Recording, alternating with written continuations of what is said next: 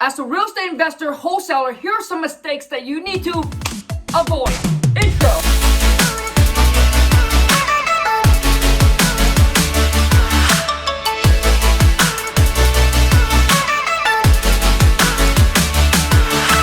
Mistake number one is that you gotta understand that when you lock a piece of property up on a contract, in the contract, all right, you should have an inspection contingent or a due diligence period, all right, which means that within the time frame, right, you have the rights as a potential buyer to back out of the deal if you don't want to move forward to buy the property, or in this case as a wholesaler, if we can't find a buyer for the deal. All right, you must understand that, because that's the biggest thing that holds me back when I first got started. And I was afraid to put property up in a contract. And because I was afraid, I was slow at pulling the trigger. So other investor came in and boom, scooped the deal away from me. You got to understand that after you talk to the seller, all right, you lock it up on a contract, all right? And within that time period, right, if you're upfront with the seller, let the seller know, right, hey, you're going to send your contract out to look at the property just to verify all the information, make sure it's correct. And if everything is correct, there should be no reason why we couldn't move forward to close on the property. Okay, and if they say, well, what if there is issue comes up? Well, listen, Mr. or Mrs. Seller, if the issue does come up, I want to let you know that we would go back, we will talk to you, all right, and we will discuss the issue with you. And if it makes sense for you, all right, we can talk about a new price and see if it makes sense for you and still be able to move forward to buy the property. But listen, you know, we do this all the time, and I want to let you know that once we made an offer, we are very, very confident, 99%, that we're going to be able to close on it, unless there's some major things that come up on the property that you were unaware of, or you're unaware of that you didn't know, and we end up having to find out, right? So now you're not telling them that they are lying or hiding something, but you say, hey, maybe you don't know, and we're able to find out, all right? So you got to understand that. So when you tell the seller that, all right, so within that time period, you're able to walk away and back out. So when there is a potential deal, lock it up on a contract, all right? And then do more research, because if you don't, and you're debating, you're contemplating, and you're like so worried, well, what if I can't find a buyer and this and that, and what's going to happen? You just call up the seller and said, hey, you know, we found this and this and this and this came up, you know, the repair seems to be a lot more. So unfortunately, we're not able to move forward to buy the property. Boom. And you're able to cancel the contract, back out. And this works for property that are on the market or off market. It doesn't matter.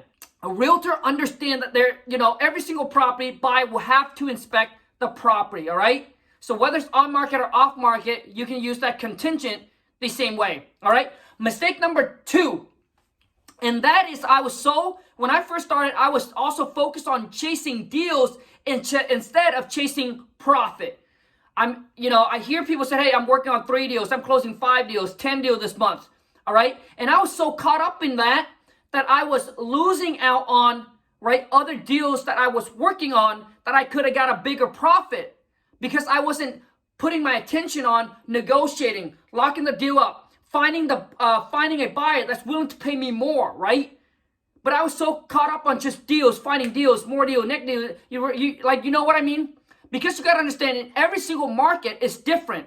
Some market, most average deal size are 5 to 10K. Some market, people are making between 20 to 25, 30, 40, even 50K on one wholesale deal.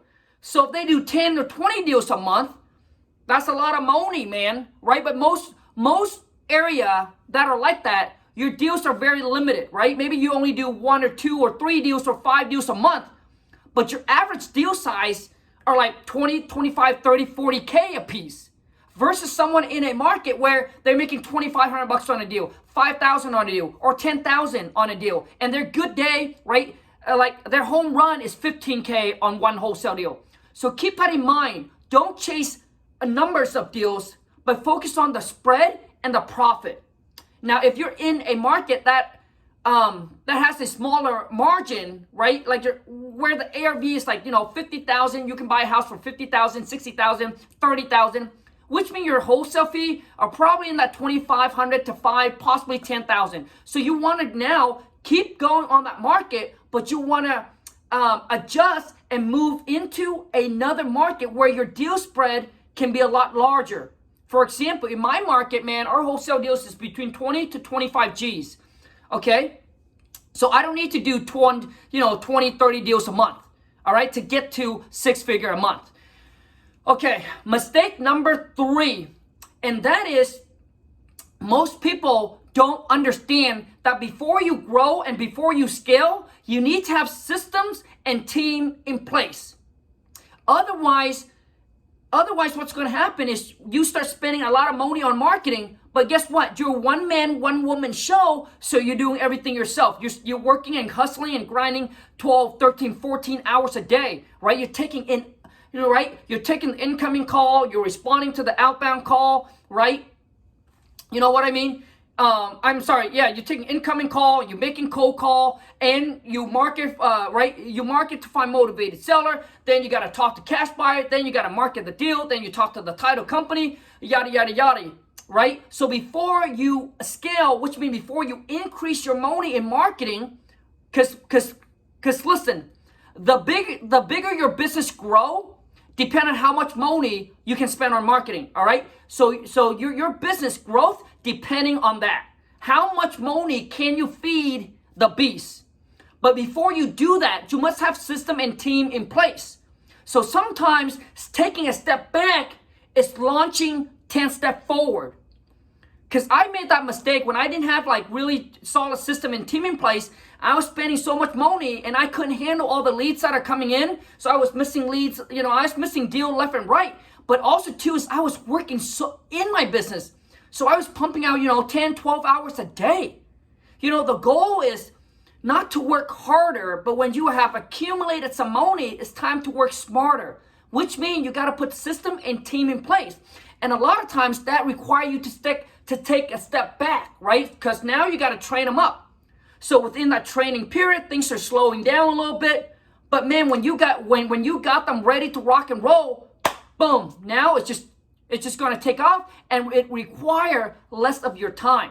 Mistake number 4, and that is I didn't know that there's different types of buyers, which mean when I go by the formula, which is we all use, right? ARV minus 30% minus repair minus whatever we want to make, that's come out to be our offer price. So anything above that, right? Let's just say if I do the math and it doesn't fit that, right? Where the seller wants a little bit higher, 10,000, 20,000, I just push it aside. What I should have done was I should have locked it up on a contract. Knowing what I know now, you can always go back and renegotiate the deal once you have a buyer, all right? So when you have a buyer and the buyer said, hey, that number won't work, now you can go back to the seller and you can renegotiate. I didn't know that you can renegotiate, all right? And also too is, listen, you got to understand as a business, you need inventory. So for us, inventories are these contracts, properties. If we don't have any inventory, how are we going to sell it, right? We have nothing to sell. So if you have products and you put it out to the market and the people come to you and say, hey, that price is too high. Well, what would you pay? Now you have a buyer, you have a product, you can always go back and renegotiate and turn that no deal into a deal. And I do it all the time now. All right, so I missed out on a lot of opportunities when I first started because I didn't know that is something that you can actually do. Also, too, is when I always follow the formula. And when I send it out based on the formula. But what I didn't know is I didn't know that there's different type of buyers, which means there's buyer, the savvy investor, the ones that go to the RIA or the seminars, they know the formula. So when they buy properties, that's all they buy, right? It's 30% discount. But there are buyers out there that you got to understand. So you got to understand your market and you got to understand your buyers. That there are buyers out there that only needs a 20% discount, a 25% discount. Some even only needs a 15% discount. So which means you can do ARV minus 20%, minus repair, minus whatever you want to make. And that should be your offer to the seller. So you see, once you understand your different types of buyers and what kind of profit they need to make, you can lock more deal up on the contract because now you can come in with even a higher offer than a 30% discount. So it took me a long time, man, to actually figure that out because I was taught when I was going to the, the seminars and the real estate event, that's what I was taught, right? ARV minus 30% minus repair minus whatever you want to make. That should be your max offer to the seller. But now I'm able to lock more profit up on a contract, not just by turning a no deal into a deal and go back and renegotiate, but now I know my market and I know my buyers. So I'm able to offer the seller a lot higher, right? Some sellers said, hey, 30% won't work, right? It's too low for me. So I creep up to the 25%, see if that works for them. And in a certain area where I know my buyer would buy that at 20%, I would creep up and offer them, a higher offer, right? Where the number makes a lot more sense to them. So you guys, I hope that makes sense.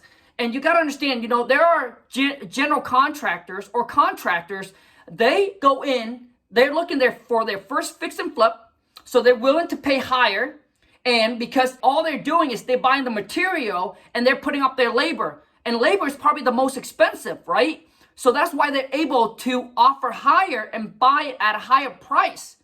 So you got to understand that. Or a husband and wife looking for their first fixer upper to fix up and to live in for the next 2 or 3 years for appreciation, right? There's a mom pop that wants to buy a property for their kids. You see, I run into all of this situation, and that's when it opens up my mind that, wow, there are people that have money sitting in the 401k, not just people that you think that, just have cash. You know what I mean? That just have cash sitting in the bank.